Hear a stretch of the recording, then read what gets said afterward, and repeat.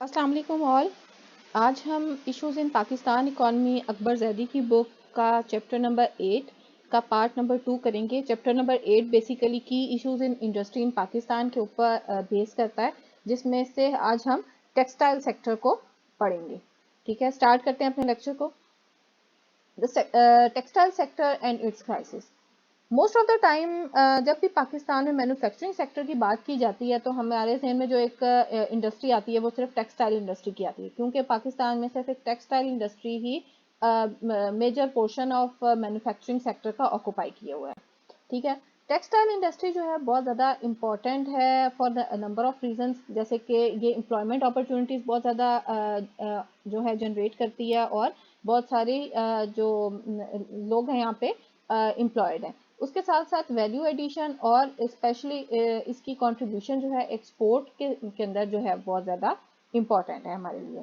ठीक है, 1/3 of entire manufacturing जो एम्प्लॉयमेंट है वो टेक्सटाइल सेक्टर में हमारी है, और यानी 1/3 जो पॉपुलेशन का लेबर फोर्स है वो मैन्युफैक्चरिंग सेक्टर के अंदर जो एम्प्लॉयड है वो टेक्सटाइल सेक्टर के अंदर एम्प्लॉयड है। 30% पाकिस्तान का जो टोटल एक्सपोर्ट है वो हमारे कॉटन टेक्सटाइल से मिलता है 1991 के रिपोर्ट के अकॉर्डिंगली। ठीक है, तब जो है 30% जो टोटल एक्सपोर्ट था हमारा वो कॉटन टेक्सटाइल से मिलता था। कॉटन यार्न की जो कंट्रीब्यूशन थी एक्सपोर्ट के अंदर वो इंक्रीज हुई फ्रॉम 10% टू 18% बिटवीन 1982 से 1990 तक।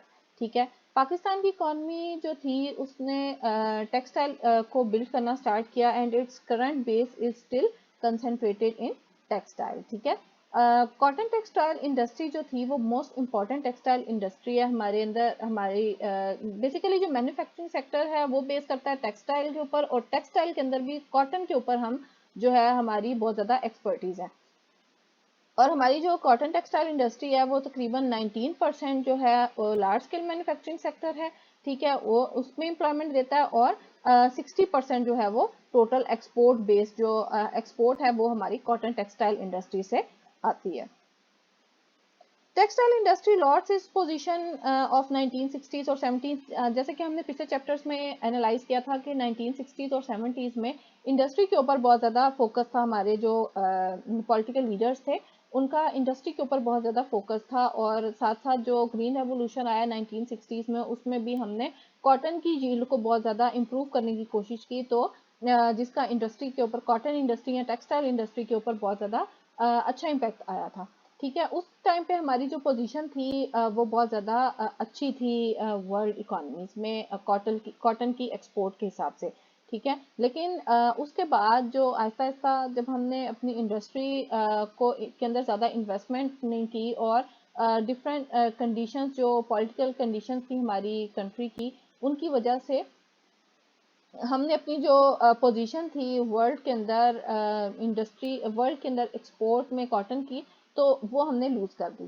ठीक है, 1960s में क्या हुआ कि Pakistan enjoyed very dramatic performance and was among leading under developed countries that were emerging in the world cotton textile. उस टाइम पे जो वर्ल्ड के अंदर कॉटन टेक्सटाइल मार्केट के अंदर अंडर डेवलप्ड कंट्रीज इमर्ज हो रही थी, क्योंकि जो अंडर डेवलप या डेवलपिंग इकोनॉमीज होती हैं उनकी जो बेसिक्स होती है वो एग्रीकल्चर या फिर जो है इसी तरह की प्राइमरी गुड्स ही होती हैं बेसिक उनका एक्सपोर्ट। ठीक है, तो उनके अंदर हमारी एक बहुत ज़्यादा डायनेमिक पोजीशन थी या फिर डायनेमिक परफॉर्मेंस जो है हमने शो की। 1972 में अगर हमने जो रिपोर्ट के एक मुताबिक वर्ल्ड बैंक की एक रिपोर्ट है उसके अकॉर्डिंगली 1972 में हांगकांग जो होल्ड करता था वो तकरीबन लेस दैन 3.5% जो है वर्ल्ड की आउटपुट होल्ड करता था, जो कि अब बहुत ज़्यादा डेवलप्ड इकॉनमी है। ठीक है, इसके साथ साथ अगर कोरिया को देखें तो कोरिया की आउटपुट जो थी वो 1.5% थी। 1988 में हांगकांग ने काफ़ी इम्प्रूव किया, और ये इसकी जो प्रोडक्शन थी वो 9% पे चली गई, जबकि कोरिया का जो शेयर था वो 6.5% ऑफ द वर्ल्ड मार्केट पे चला गया। यानी जो डेवलप्ड इकोनॉमीज थी उनका जो स्टार्टअप था वो बहुत ज़्यादा अच्छा नहीं था इन टेक्सटाइल इंडस्ट्री। ठीक है, लेकिन आहिस्ता with the passage of time उन्होंने काफ़ी इम्प्रूवमेंट लेके आए। 1960s में क्या हुआ कि Pakistani leaders have much interest in textile industry. ठीक है, जैसे कि हमने पहले भी जो है वो बात की कि 1960s में पाकिस्तानी जो लीडर्स थे, पॉलिटिशियंस थे, उनका बेसिक जो फोकस था वो इंडस्ट्री के ऊपर इन्वेस्टमेंट करना था, इंडस्ट्रीज को बूस्ट करना था, क्योंकि उस टाइम पे ये समझा जाता था कि जिस कंट्री की इंडस्ट्री स्ट्रांग होगी, इंडस्ट्रियल सेक्टर स्ट्रांग होगा, वही सिर्फ डेवलप या डेवलपमेंट के पाथ के ऊपर चल सकती है। जो कंट्री, जिस कंट्री के अंदर इंडस्ट्रियल सेक्टर जो है वो इम्प्रूव नहीं है, वो एक पुअर इकॉनमी है या फिर एक फेल इकॉनमी है। ठीक है, 9 लार्जेस्ट इंडस्ट्रियल हाउसेज जो है accounted 50% of production, contribution 37% share. ठीक है, उस टाइम पे 9 ऐसे जो इंडस्ट्रियल हाउसेज थे जो कि 50% कंट्रीब्यूट करते थे, ठीक है, जीडीपी, एक्सपोर्ट की जीडीपी के अंदर। एक सेगल ग्रुप था, ठीक है, जो कि अलोन होल्ड कर रहा था 15% ऑफ टोटल प्रोडक्शन, यानी तो इसका मेन ये जो है कंक्लूजन निकलता है कि जो उस टाइम पे कुछ बड़े जो लैंडलॉर्ड थे या फिर कुछ बड़े जो इन्वेस्टर्स थे, उन्होंने ही इंडस्ट्री को होल्ड किया हुआ था, और वो 50% जो कंट्रीब्यूशन थी हमारी टेक्सटाइल इंडस्ट्री की, वो लोग प्रोड्यूस कर रहे थे।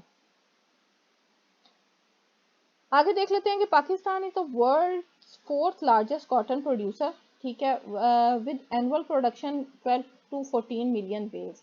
ठीक है, तो हम पाकिस्तान जो है वो वर्ल्ड का 4th लार्जेस्ट कॉटन प्रोड्यूसर है, ठीक है, जो कि एनुअल जो इसकी प्रोडक्शन को देखें तो हम 12 से 14 मिलियन बेल्स को प्रोड्यूस करते हैं।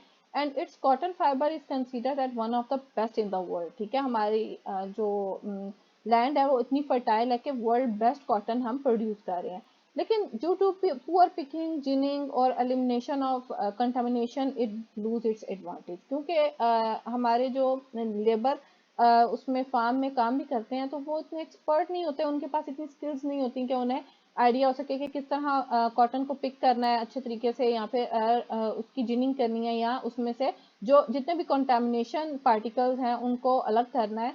तो इसकी वजह से जो कॉटन है वो अपनी वर्थ को खो देती है। ठीक है, about 70% of Pakistan yarn production is course cotton yarn, and only 3% account for fine. ठीक है, 70% जो ऐसा कॉटन हम प्रोड्यूस कर रहे हैं जिसकी वर्थ इतनी ज्यादा नहीं है, ठीक है, और ओनली 3% ऐसा कॉटन हम प्रोड्यूस कर रहे हैं जो बहुत फाइन क्वालिटी का या सुपर क्वालिटी का कॉटन है।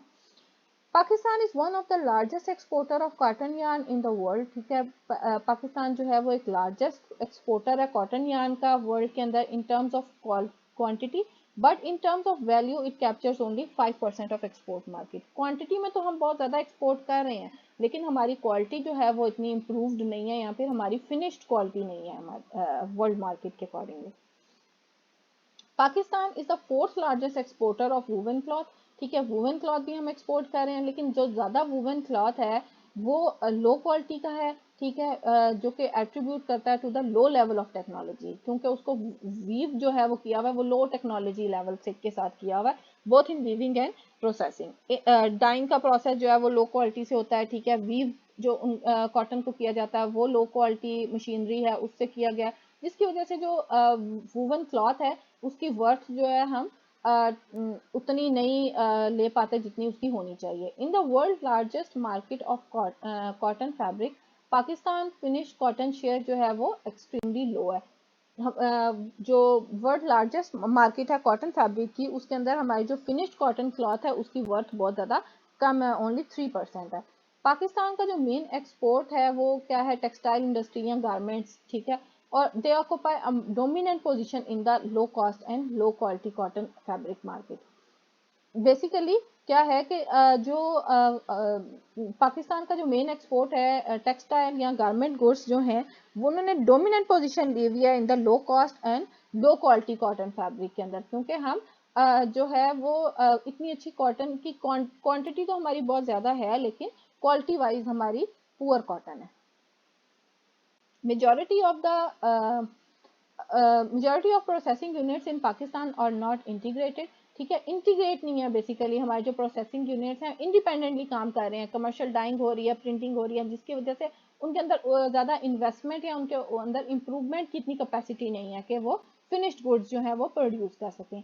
ज़्यादा से उनमें से ज़्यादातर जो हैं वो उनके अंदर लो डाइंग टेक्नोलॉजी है। अगर डाई जो है वो अच्छा नहीं होता तो वो जो कॉटन की क्वालिटी है उसको बहुत ज़्यादा ख़राब कर देता है, ठीक है। टेक्सटाइल मेड अप जैसे कि टॉवल, बेडशीट्स हैं, इनकी डिमांड भी हम इन्हीं मशीन से, इन्हीं जो यूनिट्स हैं, प्रोसेसिंग यूनिट्स हैं, इन्हीं से फुलफिल कर रहे हैं। टेक्सटाइल प्रोसेसिंग जो है वो एक टेक्नोलॉजी ओरिएंटेड बिजनेस है, ठीक है, जिसमें कैपिटल इंटेंसिव टेक्नोलॉजी है, उसकी रिक्वायरमेंट बहुत ज़्यादा होती है, क्योंकि जितनी आप उसके अंदर अच्छी इन्वेस्टमेंट करेंगे, जितनी अच्छी मशीनरीज यूज़ होंगी, उतनी अच्छी क्वालिटी का कॉटन जो है वो प्रोड्यूस होगा या विवन क्लॉथ जो है वो प्रोड्यूस होगा। लेकिन पाकिस्तान के अंदर जो जितने भी मशीनरी यूनिट इस टाइम काम कर रहे हैं वो 15-20 साल पुराने हैं, ठीक है, जिनको बहुत ज़्यादा वियर एंड टीयर कॉस्ट है उनकी, और उनको रिप्लेस करने की बहुत ज़्यादा ज़रूरत है। लेकिन जो है हमारे पास इतने फाइनेंशियल इन्वेस्टमेंट नहीं है कि उनको हम रिप्लेस कर सकें एक अच्छी टेक्नोलॉजीज के साथ, और वर्ल्ड की जितने भी स्टैंडर्ड हैं इन टेक्सटाइल मार्केट, उनको हम मीट कर सकें। अगर आपको वीडियो अच्छी लगी हो तो लाइक करें, दूसरों के साथ शेयर करें और चैनल को सब्सक्राइब करें। इसके अलावा अगर आपके जो टॉपिक से रिलेटेड कोई भी आपकी क्यूरीज हैं तो कमेंट सेक्शन में ज़रूर लिखें।